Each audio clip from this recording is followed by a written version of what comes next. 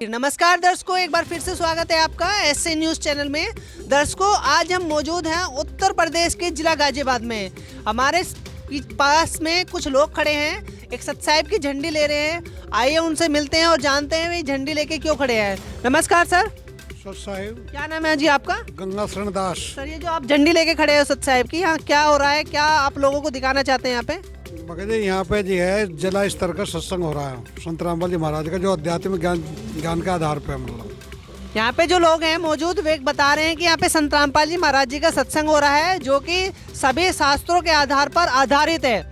आइए अंदर चलते हैं और जानते हैं और दिखाएंगे हम लोग आपको यहाँ पे किस प्रकार की व्यवस्था की गई है और यहाँ के लोगों से उनके विचार जानते हैं। दर्शकों, अब हम उस मेन द्वार में प्रवेश कर चुके हैं जहाँ पे आध्यात्मिक कार्यक्रम हो रहा है। उसी कड़ी में हमें यहाँ पे कुछ वाहन दिखाई दे रहे हैं जो कितने सुव्यवस्थित तरीके से यहाँ पे लगाए गए हैं। जो भी इस आध्यात्मिक कार्यक्रम को सुनने के लिए आ रहे हैं उनके यहाँ पे पार्किंग की व्यवस्था की गई है और सुव्यवस्थित तरीके से यहाँ पे वाहनों को लगाया गया है। अंदर चल के और दिखाते हैं किस प्रकार व्यवस्था की गई है। दर्शकों, हम अंदर प्रवेश कर चुके हैं। हमारे पास में यहाँ पे जैसे हम अंदर प्रवेश किया, वहाँ पे वाहनों की व्यवस्था की गई थी और यहाँ पे जो भी लोग आ रहे हैं, जो भी भगत या जगत के लोग आ रहे हैं, उनके यहाँ पे जूते चप्पल की व्यवस्था की गई। जो भी आते हैं उनके जूते चप्पलों को व्यवस्थित तरीके से इन थैलों के अंदर रखा जाता है और उन्हें एक पर्ची दी जाती है, जिससे वे आते समय उस पर्ची को देंगे और पर्ची देकर अपने जूते चप्पल वापस ले सकते हैं। दर्शकों, हम उस मेन स्थान पर पहुंच चुके हैं जहां पे संत रामपाल जी महाराज जी का आध्यात्मिक सत्संग हो रहा है। यहां पे एक प्रणाम स्थल लगा रखा है। जो भी लोग आते हैं अपने गुरुजी को दंडोत प्रणाम करते हैं। उसी के साथ ही साथ यहां पे एक प्रोजेक्टर लगाया गया है, प्रोजेक्टर के माध्यम से यहाँ पे सत्संग हो रहा है संत रामपाल जी महाराज जी का। जैसे कि आप देख पा रहे हैं, संत रामपाल जी महाराज जी प्रोजेक्टर के माध्यम से सत्संग सुन रहे हैं और उनके अनुयायी जो है प्रोजेक्टर के माध्यम से सत्संग सुन रहे हैं। हम नहीं आएंगे, कभी भी वो स्वयं नहीं आएगा अपना के लिए, तो जिसके हम भविष्यवाणी कर रहे हैं वो दास है।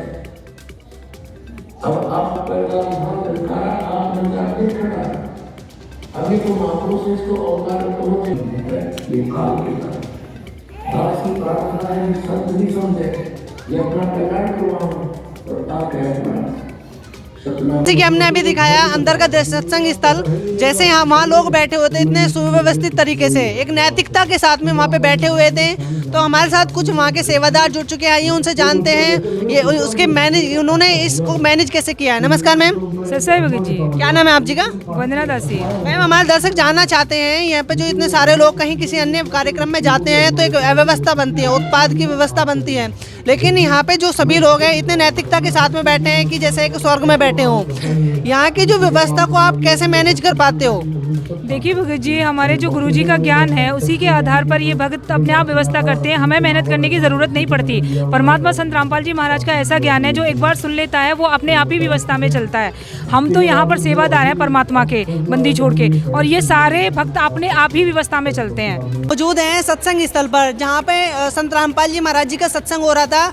हमारे साथ कुछ माताएं बहनें जुड़ी हुई हैं जो कि इस सत्संग को सुनने के लिए दूर दराज से आई हुई हैं। आइए उनसे जानते हैं सत्संग सुनने के बाद उनके क्या विचार हैं। नमस्कार मैम।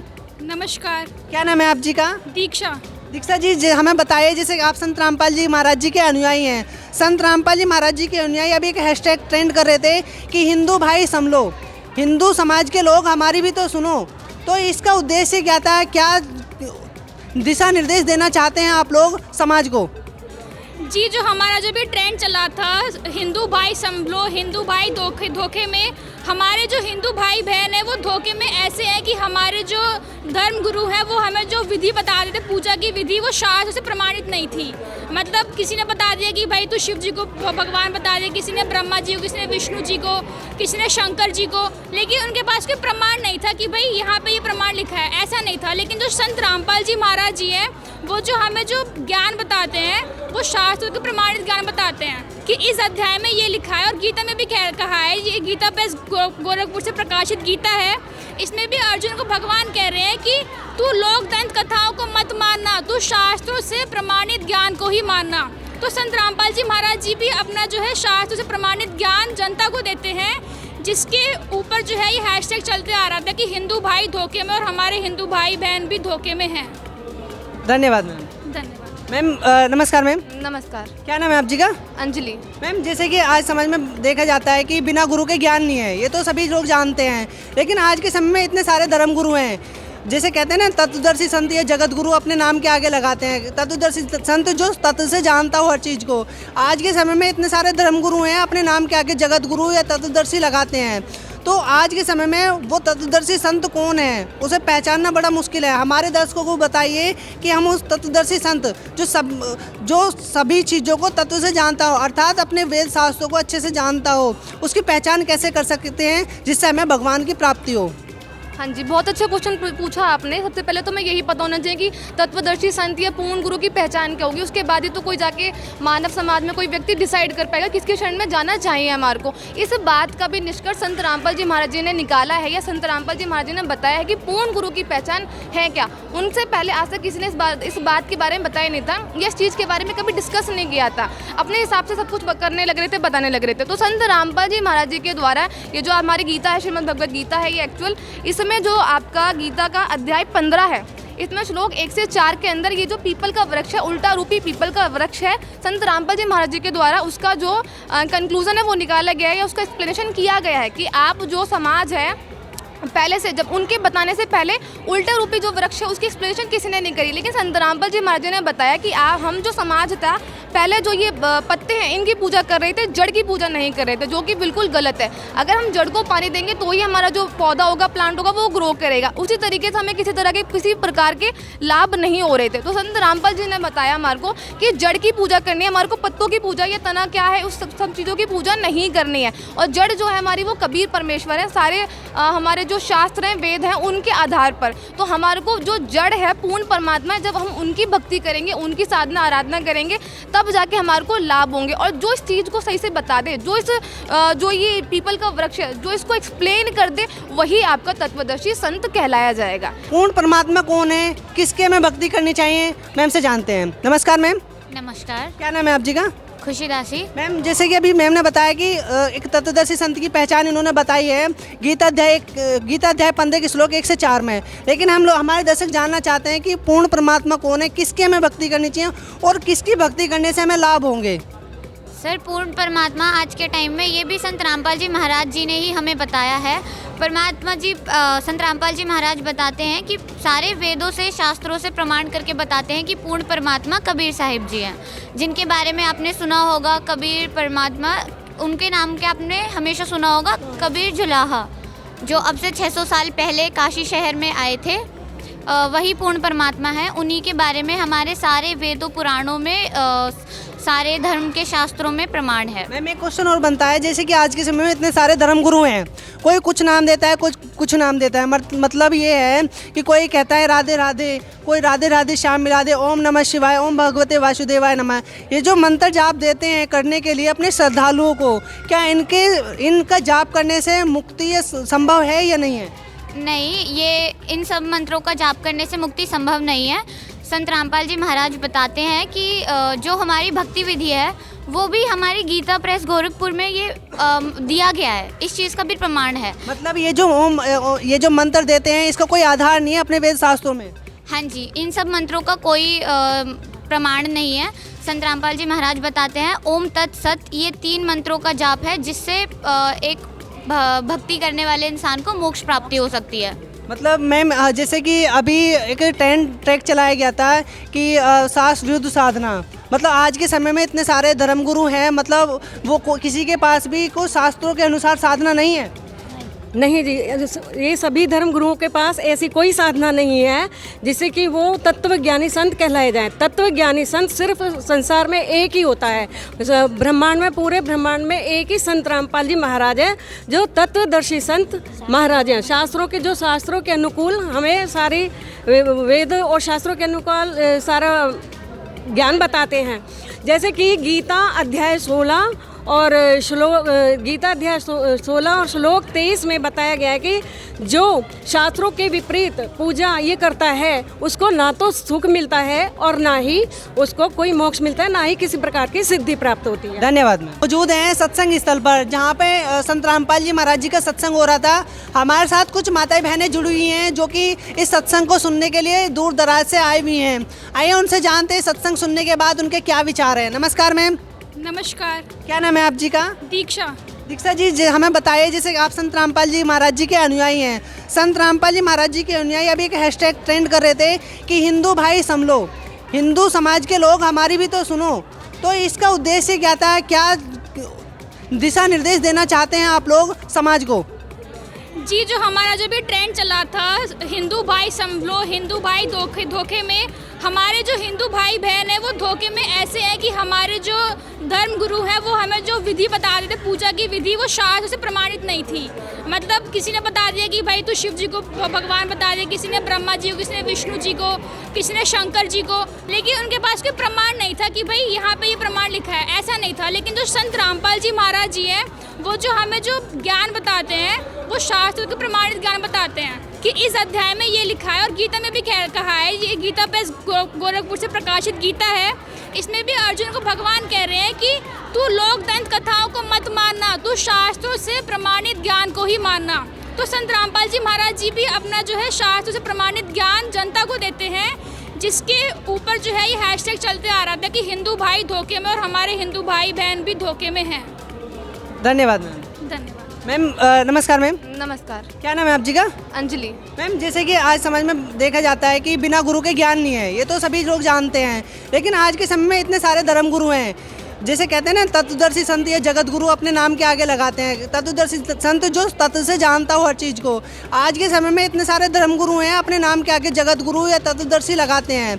तो आज के समय में वो तत्वदर्शी संत कौन है, उसे पहचानना बड़ा मुश्किल है। हमारे दर्शकों को बताइए कि हम उस तत्वदर्शी संत जो सभी चीज़ों को तत्व से जानता हो, अर्थात अपने वेद शास्त्रों को अच्छे से जानता हो, उसकी पहचान कैसे कर सकते हैं जिससे हमें भगवान की प्राप्ति हो? हाँ जी, बहुत अच्छा क्वेश्चन पूछा आपने। सबसे पहले तो मैं यही पता होना चाहिए कि तत्वदर्शी संत या पूर्ण गुरु की पहचान क्या होगी। उसके बाद ही तो कोई जाके मानव समाज में कोई व्यक्ति डिसाइड कर पाएगा किसके शरण में जाना चाहिए हमारे को। इस बात का भी निष्कर्ष संत रामपाल जी महाराज जी ने निकाला है, या संत रामपाल जी महाराज जी ने बताया है कि पूर्ण गुरु की पहचान है क्या। उनसे पहले आज तक किसी ने इस बात के बारे में बताया नहीं था, या इस चीज़ के बारे में कभी डिस्कस नहीं किया था। अपने हिसाब से सब कुछ करने लग रहे थे, बताने लग रहे थे। तो संत रामपाल जी महाराज जी के द्वारा ये जो हमारी गीता है, श्रीमद् भगवत गीता है, ये एक्चुअल इसमें जो आपका गीता का अध्याय 15 है, इसमें श्लोक 1 से 4 के अंदर ये जो पीपल का वृक्ष है, उल्टा रूपी पीपल का वृक्ष है, संत रामपाल जी महाराज जी के द्वारा उसका जो कंक्लूजन है वो निकाला गया है, या उसका एक्सप्लेनेशन किया गया है कि आप जो समाज है पहले से, जब उनके बताने से पहले उल्टा रूपी जो वृक्ष है उसकी एक्सप्लेनेशन किसी ने नहीं करी। लेकिन संत रामपाल जी महाराज जी ने बताया कि हम जो समाज था पहले जो ये पत्ते हैं इनकी पूजा कर रहे थे, जड़ की पूजा नहीं कर रहे थे, जो कि बिल्कुल गलत है। अगर हम जड़ को पानी देंगे तो ही हमारा जो पौधा होगा, प्लांट होगा, वो ग्रो करेगा। उसी तरीके से हमें किसी तरह के किसी प्रकार के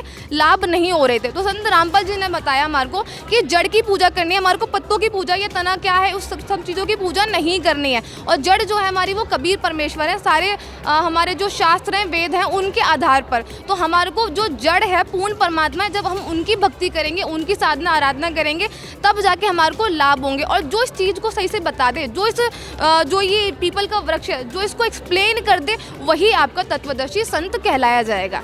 ये एक और मैम उनसे भी जानते हैं, जैसे कि बताया गया है कि पूर्ण परमात्मा, इन्होंने बताया कि पीपल रूपी वृक्ष है, जो उसके सभी विभाग बता देगा वो तत्वदर्शी संत है। ठीक है, वो बात तो ठीक है, लेकिन पूर्ण परमात्मा कौन है, किसके हमें भक्ति करनी चाहिए, मैम से जानते हैं। नमस्कार मैम। नमस्कार। क्या नाम है आप जी का? खुशी दासी। मैम, जैसे कि अभी मैम ने बताया कि एक तत्वदर्शी संत की पहचान इन्होंने बताई है गीता अध्याय 15 के श्लोक 1 से 4 में, लेकिन हम लोग, हमारे दर्शक जानना चाहते हैं कि पूर्ण परमात्मा कौन है, किसकी हमें भक्ति करनी चाहिए और किसकी भक्ति करने से हमें लाभ होंगे? सर, पूर्ण परमात्मा आज के टाइम में ये भी संत रामपाल जी महाराज जी ने ही हमें बताया है। परमात्मा जी संत रामपाल जी महाराज बताते हैं कि सारे वेदों से, शास्त्रों से प्रमाण करके बताते हैं कि पूर्ण परमात्मा कबीर साहिब जी हैं, जिनके बारे में आपने सुना होगा। कबीर परमात्मा, उनके नाम के आपने हमेशा सुना होगा, कबीर जुलाहा, जो अब से 600 साल पहले काशी शहर में आए थे।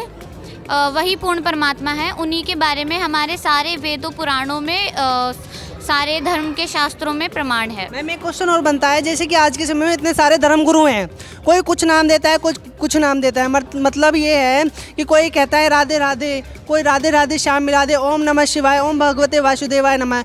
ये जो मंत्र जाप देते हैं करने के लिए अपने श्रद्धालुओं को, क्या इनका जाप करने से मुक्ति संभव है या नहीं है? नहीं, ये इन सब मंत्रों का जाप करने से मुक्ति संभव नहीं है।